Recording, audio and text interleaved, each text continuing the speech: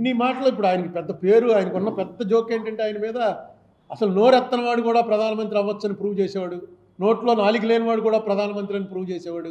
ఎవర్రా అంటే మన్మోహన్ సింగ్. మౌనముని మాట్లాడు. ముని అన్నంత వరకు నేను ఒప్పుకుంటాను, కానీ మౌనముని కాదు. అన్నిసార్లు ప్రెస్ని మాట్లాడడానికంటే ఎంత దమ్ము ఉండాలి. ప్రెస్ని పిలిచి ప్రతి నెల ప్రెస్ మీట్ పెట్టాలంటే అంత దమ్ము ఉన్నటువంటి మనిషి. ఎందుకంటే తన సబ్జెక్ట్ మీద తనకి పూర్తిగా అవగాహన ఉంది. పూర్తిగా ఎక్స్ప్లెయిన్ చేయడానికి ఆయన ప్రొఫెసర్గా పనిచేశాడు. ప్రొఫెసర్గా పనిచేసి వచ్చినటువంటి వ్యక్తి. స్టూడెంట్స్కి ఎలా చెప్పాలో ఆయనకి తెలుసు. మీడియా అనేటప్పటికి డెఫినెట్గా చదువుకున్న వాళ్ళు వస్తారు, ఏం క్వశ్చన్ వేయాలో ప్రిపేర్ అయ్యి వస్తారు.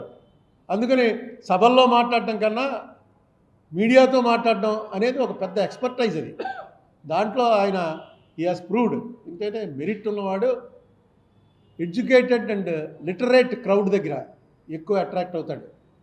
బహిరంగ సభలో మన జనాన్ని మనం తెచ్చుకుని మనం చప్పట్లో ఏళ్ళలో కొట్టించుకోవటం ఇవన్నీ పొలిటీషియన్లు అందరం చేసే పనే. కానీ ఆయన ఒక టోటల్లీ డిఫరెంట్ పొలిటీషియన్. నాకు అనిపిస్తుంది రాజీవ్ గాంధీ చచ్చిపోయి పెద్ద క్రైసిస్ వచ్చినప్పుడు ఆ క్రైసిస్లో కాంగ్రెస్ పార్టీ ఆటోమేటిక్గా పివి నరసింహారావుని తీసుకొచ్చి ఏఐసిసి ప్రెసిడెంట్ చేశారు. అంటే కాబోయే ప్రధానమంత్రి పివి నరసింహారావుని తీసుకొచ్చి చేశారు.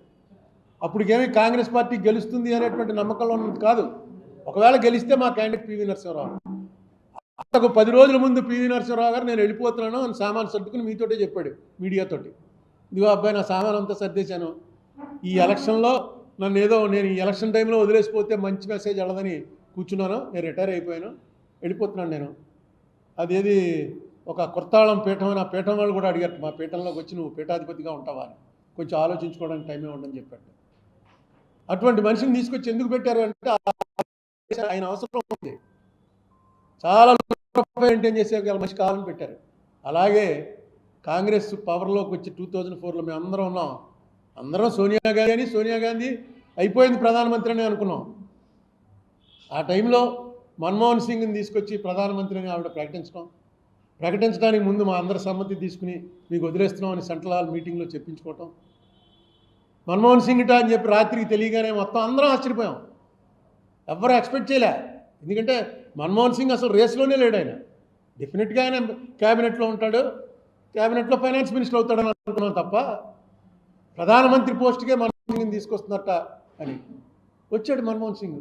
వచ్చి ఆయన చేసిన ఒక్కసారి గుర్తు తెచ్చుకోండి ఆయన టైంలో ఏమేం జరిగాయి. ఈ మహాత్మా గాంధీ నరేగా ఎప్పుడు వచ్చింది?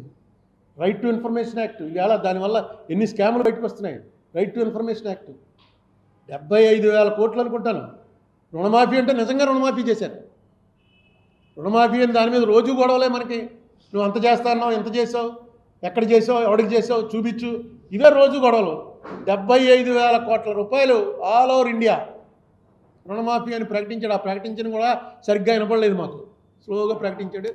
75,000 కోట్లు అనా పైసలతో ఇంట్లో కూర్చున్నాడు, బ్యాంక్ అకౌంట్లోకి వచ్చేసాయి ట్రాన్స్ఫర్ అయ్యి. వాడు ఏ పార్టీ అని, కాంగ్రెసా, తెలుగుదేశమా, కమ్యూనిస్టా అని అందరికీ కరెక్ట్గా దాని మీద ఒక్క కంప్లైంట్ రాలా. అన్నారు కానీ ఇవ్వలేదండి అని ఒక్క కంప్లైంట్ రాలా.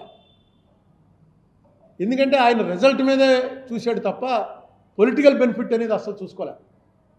అందుకే 2004 కన్నా 2009లో ఎక్కువ సీట్లతోటి కాంగ్రెస్ పార్టీ మళ్ళీ అధికారంలోకి రావడానికి కారణం ఆయనే. ఆయన పెట్టిన ఆర్టీఐ వల్లే ఆర్టీఐని విపరీతంగా వాడి చాలా స్కాములు, లేని స్కాములు, 2G స్కామ్ లాంటివి స్కాములన్నీ స్కాముల కింద చిత్రీకరించడంలో అపోజిషన్ వారు సఫలీకృతులయ్యారు. అధికారం 2014లో పోయింది. బట్ ఇలాంటి ప్రయోగాలు మాత్రం కాంగ్రెస్ పార్టీ చాలా చేసింది ప్రయోగాలు.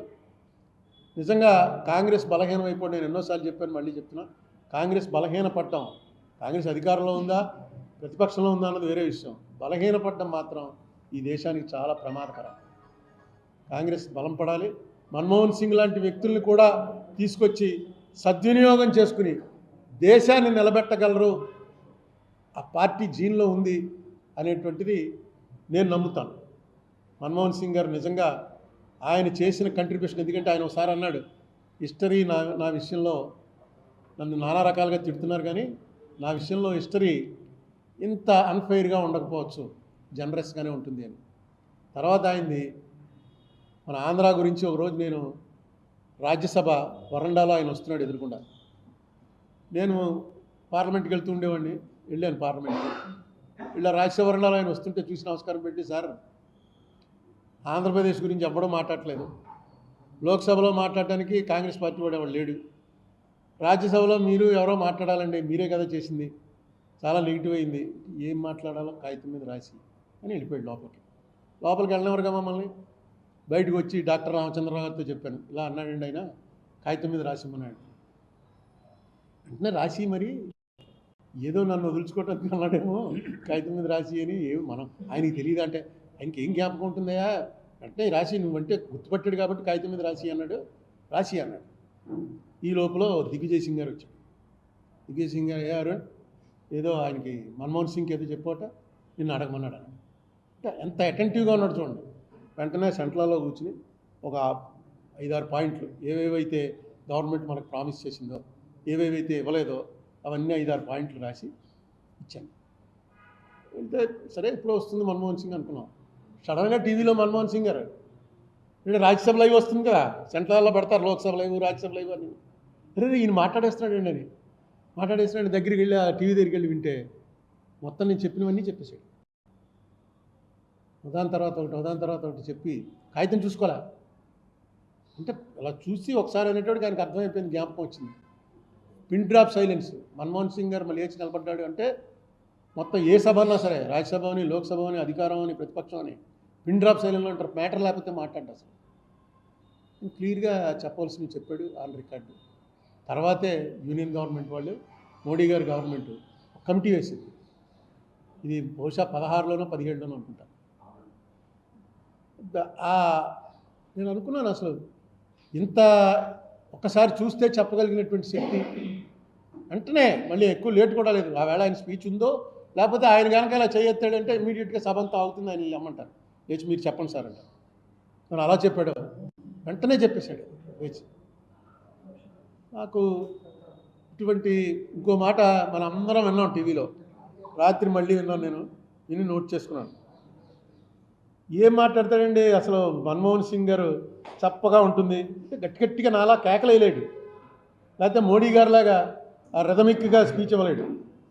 కానీ దీని మీద వచ్చినప్పుడు డిమానిటైజేషన్ మీద ఆయన ఒక్క 5 నిమిషాలు కూడా మాట్లాడలే.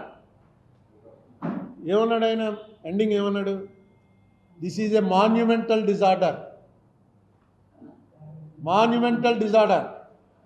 ఇంకా అంతకన్నా పెద్ద పదం ఉండదు. Organised loot. Demonetisation is an organised loot, legalised blunder. ఒక 2% జీడిపి పడిపోతుంది దీనివల్ల. అంటే నేను కొంచెం తక్కువ లెక్కేస్తున్నాను, మినిమం 2% జీడిపి డౌన్ అయి తీరుతుంది మీరు చేసిన ఈ చర్య వల్ల అని చెప్పి ఆ వేళ చెప్పాడు. 2.2% పడిందని తర్వాత ఎకనామిక్ సర్వే బుక్లో వచ్చింది. వీళ్ళు చేసిన డిమానిటైజేషన్ వల్ల ఇమీడియట్గా మన జీడిపి 7% గ్రోత్లో ఉన్నది 5% గ్రోత్లోకి వచ్చింది. చదువుకున్న వాడిని తీసుకొచ్చి పెడితే ఫలితాలు ఎప్పుడూ ఇలా ఉంటాయని అనుకోకండి. చదువుకున్న వాళ్ళలో మానవత్వం కూడా ఉండాలి.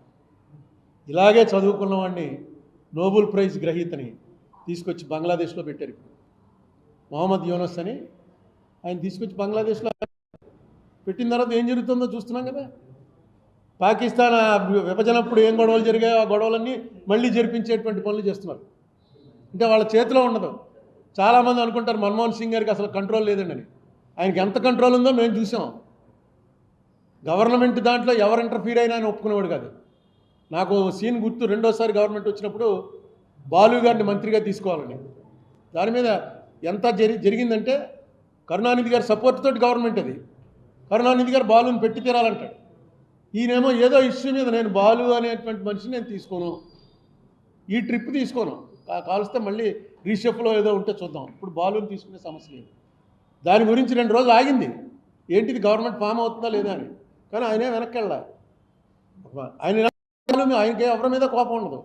ఆ వేళ జరిగినటువంటి ఒక ఇష్యూలో ఆయన ఒక నిర్ణయం తీసుకున్నాడు, ఈయన నన్ను వ్యతిరేకిస్తున్నాడు ఈ ఇష్యూ మీద, సో ఇమ్మీడియట్గా ఆయన తీసుకుంటే నేను బలహీనుణ్ణి అని వెళ్తుంది. అంటే ప్రాంతీయ పార్టీల మీద ఆధారపడి నడుపుతున్నాడు కాబట్టి ఎవరన్నా సరే గట్టిగా నొక్కెడితే మళ్ళీ ఆయన సరెండర్ అయిపోతాడు. అవలా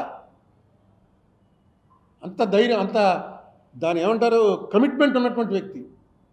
డెఫినెట్గా ఆయన లాంటి వ్యక్తి ఈ దేశాన్ని పరిపాలించేటువంటి అవకాశం రావటమే ఈ దేశానికి చాలా మంచి జరిగింది.